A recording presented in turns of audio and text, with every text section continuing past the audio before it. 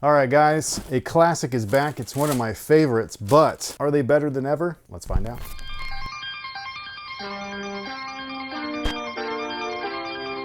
Hey, what's going on, guys? My name's Chris. Welcome back to the official WearTesters.com YouTube channel. Today we got a detailed look and breakdown on these bad boys right here. This is the Air Jordan 14 in the original black toe colorway. They are back once again. This colorway made its debut in 1998. It was retroed for the first time in 2006, but slightly altered from the original, and then retroed one more time closer to the original in 2014, and then fast forward to now, 2024, we've got another one. Now, before we get started, we do have a quick word from today's sponsor, and that's the good folks over at Sole Premise. Sole Premise offers a great variety of travel bags that are designed and built with sneakerheads in mind. The carry-on travel backpacks can fit up to 5 pairs of shoes, or if you're a light packer, 1 pair of shoes since you're already wearing one while you're traveling, which leaves you with a ton of space for all of your other belongings. And yes, these bags are TSA approved. They fit in the overhead compartment. I've tried this many times and it works successfully. The travel day packs fit up to 2 pairs of sneakers. They even have toiletry bags, crossbody bags, and my personal favorite, the sports bag. I use that every day when I go to the gym. It fits my backup pair, my testing pair, and then another testing pair, along with all of my other stuff, gum, water bottles, change of clothes, sometimes my camera. You never know what might be in that thing. It's like Mary Poppins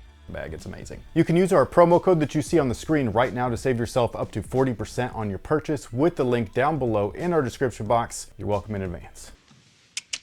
And with that being said, this is the box for the Air Jordan 14, or the Air Jordan 14 Retro. It's a play on the original box, which we happen to have right here. The size is definitely a little bit different. It's bigger. It's also not as metallic-y, but it's close. Now, this right here is a pair that I was really excited to see return just because it's one of my favorite colorways of the shoe, even though I could say that about every single original colorway of this shoe that released between 1998 and 1999. And that does include this one, the white and reds, the oxidized green, which I think deserves another retro, the last shots, the Indiglo, and I would love to see those make another return too. The low top Royals, aka the Laneys, the Columbias, which really need a retro. They've never been re-released, as well as the Gingers, which we just did see a re-release, but they were in this form and not the original low top form. I would love to see them back as a low. But wait, there's one more. It was an East Bay exclusive. It was a mid top UNC 14. Those things I would love to see too. Now, the shoe itself in this particular colorway was originally released in 1998. I believe I said that earlier, but just in case I didn't, there you go. I actually played in the original shoe and they were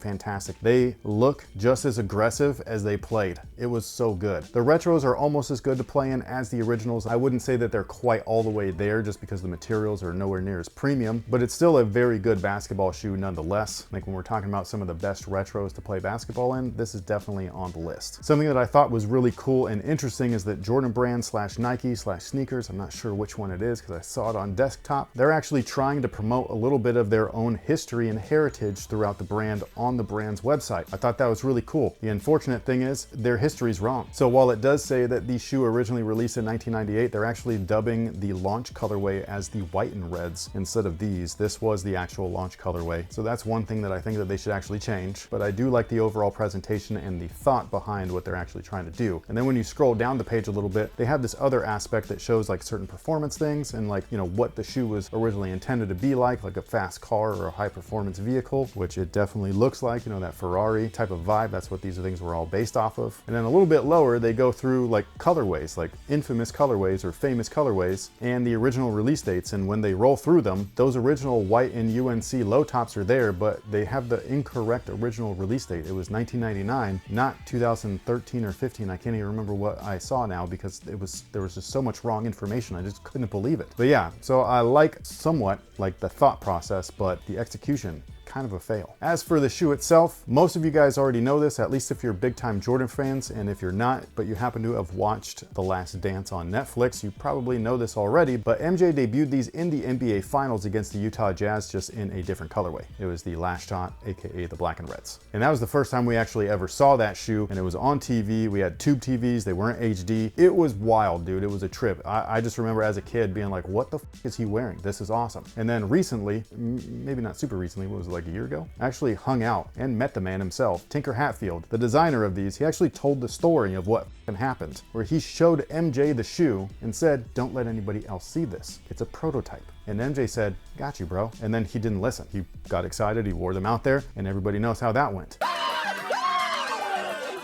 But anyways, most of us saw them for the first time on television, on the feet of Michael Jordan, and then it wasn't until a little while later that Slam Magazine's Kicks issue 1 came out, and right down there, it says that this is the premiere, the world premiere of the Air Jordan XIV, aka Air Jordan 14. And the way that they debuted it was in the form of a poster. It was really cool. So this guy right here obviously is iconic, but this was the side I had plastered on my wall. Yeah, it basically talks about like how they were introduced, and it says right here in red, we reacted the same way you did. It's fucking awesome, man. Like if you don't own this, go on eBay and grab it. It's a piece of sneaker history. Now, as for this version of the retro, I originally thought that they were supposed to come back like truer to original form. That was the impression that I got. I don't know where I read that, where I heard that. I just thought that's what these were all about. When I got them, I was like, no, they're not like that. It basically feels like the last retro, but not quite as good.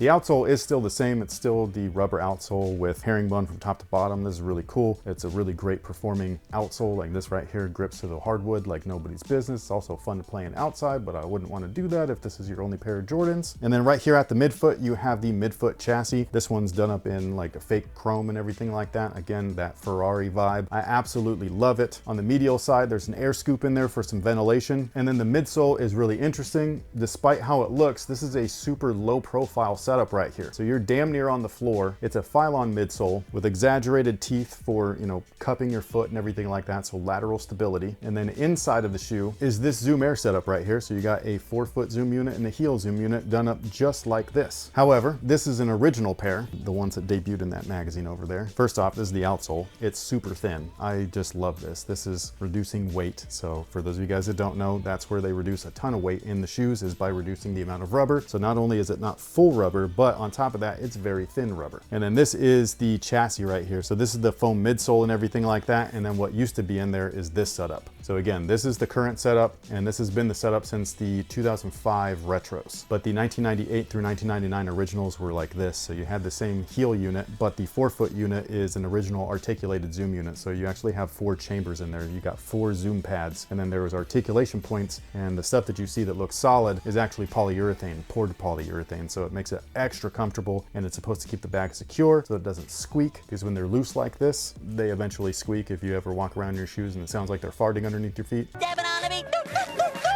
Moisture got under there and it's never going away. No, don't like that.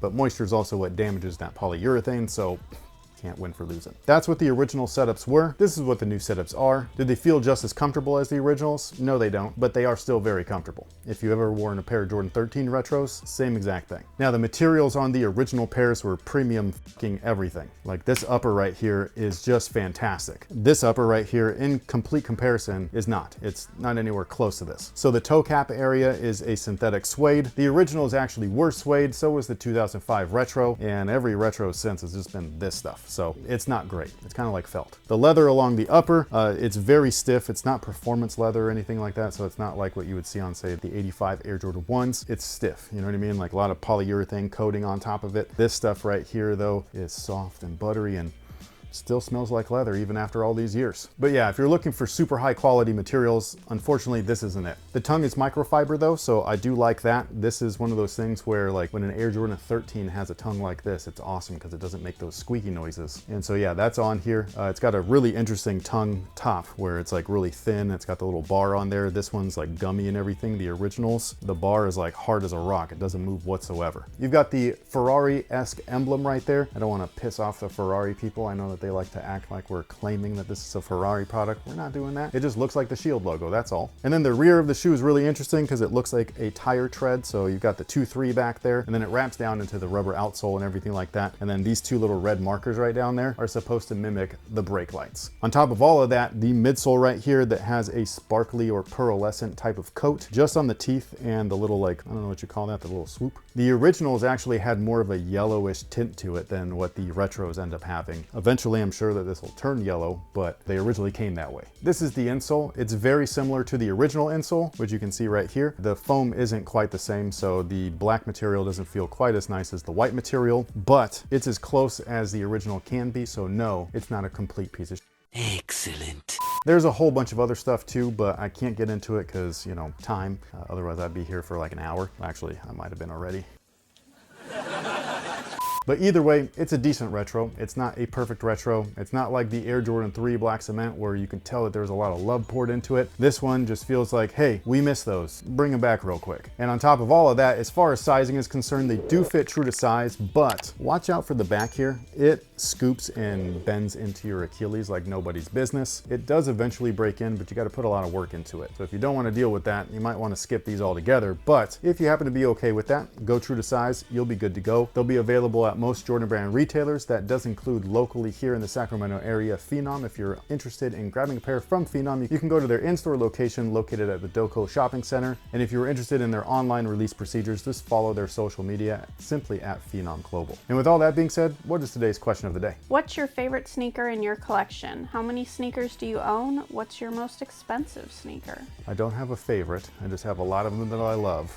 But a lot of my favorites are shoes that you guys wouldn't like my original pair of Jordan Jumpman Pros. I absolutely love those. They're not wearable, but I love them. They're in a glass case right back there. That's the first Jordan I ever bought myself. And then I've got other stuff, like this pair of original Jordan Team 1s, which you probably also saw in The Last Dance. This is kind of cool, I think, at least. This pair is completely beat, but I do have a brand new dead stock pair upstairs in a closet in a box, and I love them so much. And then as far as how many sneakers, I'm not sure, because I don't quite count the ones that I can't wear, the ones that are unwearable. So I have a whole bunch of OGs right back there, but technically they're part of the collection, but I use them for stuff like they're all like this. So I use them for videos, for informational purposes. Yeah, I got most of my Kobe's are right here, but I also have a bunch of Kobe's upstairs. So I'd probably have way too many shoes, first off. Second off, there's probably at least 100 to 150, and I would love to keep that way under that, but I have a lot of shoes that I like. I'm like, I don't know if I can get rid of those. I feel like you're lowballing yourself. I know, there might be way more than that, like closer to 3. And then my most expensive pair, like that I paid, or just what they're worth? You choose? I don't know, because I don't know what they're all worth. As far as like what they're worth, I probably have quite a few, because like I have like old, bred Jordan 1s or black and reds, and those are always like high up there. But as far as like what I can remember that I purchased recently, those Travis Scotts, I did not get those for retail. I actually got with those. I bought them early and they didn't ship, instant ship like they were supposed to. So yeah, I lost all my money and then some with those, and that was not a good gamble, so me. But with all that being said, sound off below and let us know your favorite sneaker in your collection, how many sneakers do you own, and what your most expensive pair is. Thank you so much for hanging out with us. We will catch you guys on the next one. So until then, have a good one.